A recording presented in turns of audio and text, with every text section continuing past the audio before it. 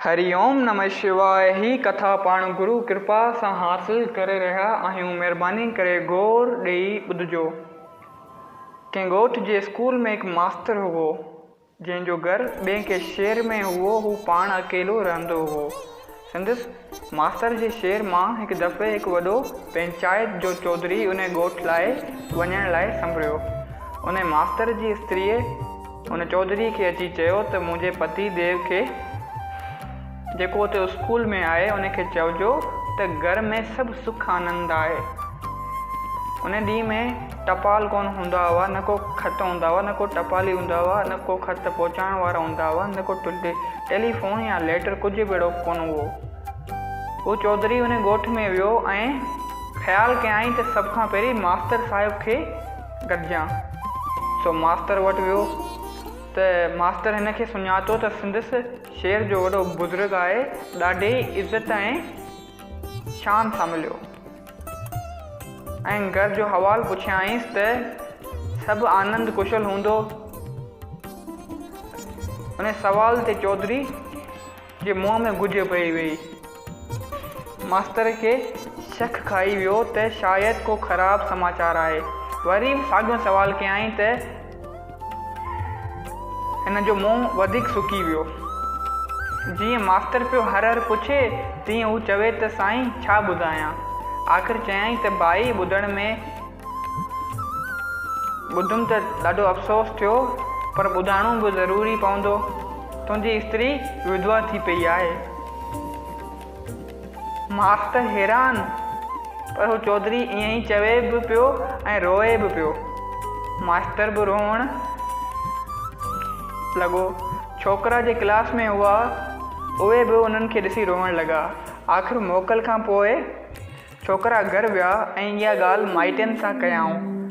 ॻोठ जा सभु माण्हू गॾिजी मास्तर वटि परचाणी करणु आया। सभु अची पिया रोअनि, पर पुछे को बि कोन पियो।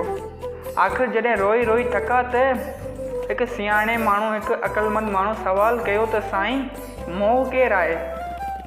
मास्टर चयो त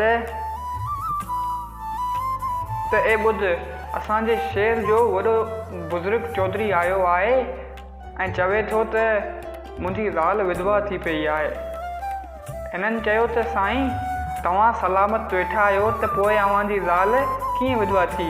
मास्टर चयो त इहो मां बि सम्झां थो, पर ही वॾो माण्हू आहे सो संदसि ॻाल्हि हिनजी कीअं न मञाऊं।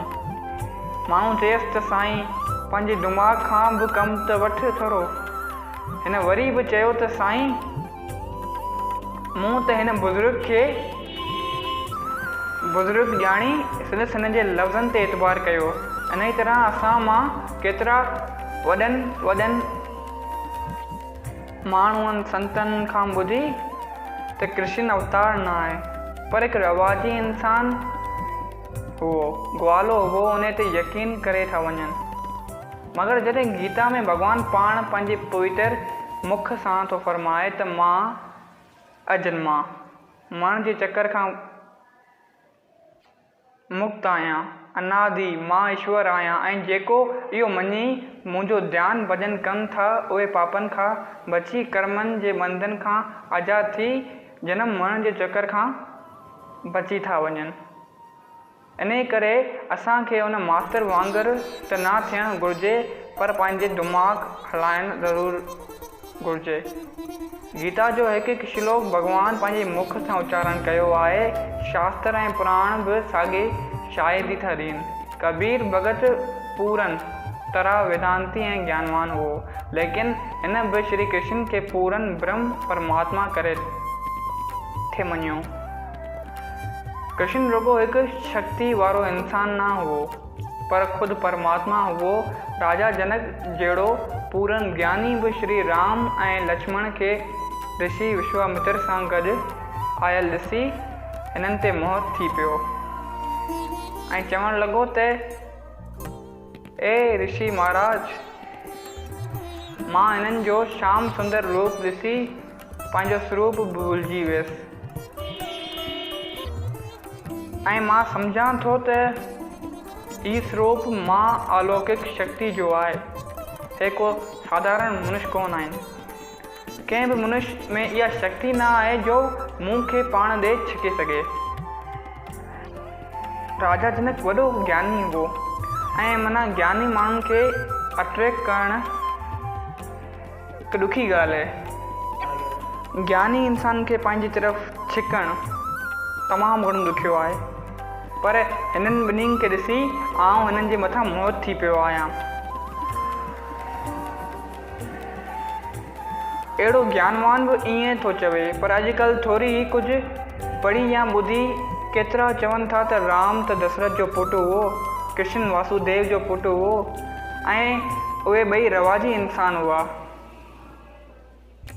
इहा भ्रांति दूर करण लाइ भॻवान ही श्लोक उचारियो आहे त अर्जुन ऐं ॿियनि खे श्रद्धा ऐं संदसि चरणनि में प्रेम पैदा थिए। भॻवान पंहिंजे हिन श्लोक में कुझु ईअं चयो आहे, न देवताऊं ऐं न के महर्षि मुंहिंजे प्रभाव खे ॼाणनि था, मुंहिंजे असर खे ॼाणनि था।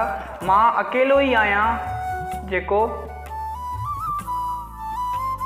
पाण खे सुञाणां थो, मूंखे केरु कोन थो सुञाणे। मां ई उन्हनि जो आदि मूल कारण आहियां। तो जय सिया राम। अगरि हीअ कथा तव्हांखे वणी आहे त हिन कथा खे पंहिंजनि सां गॾु शेयर कजो। चओ जय सिया राम।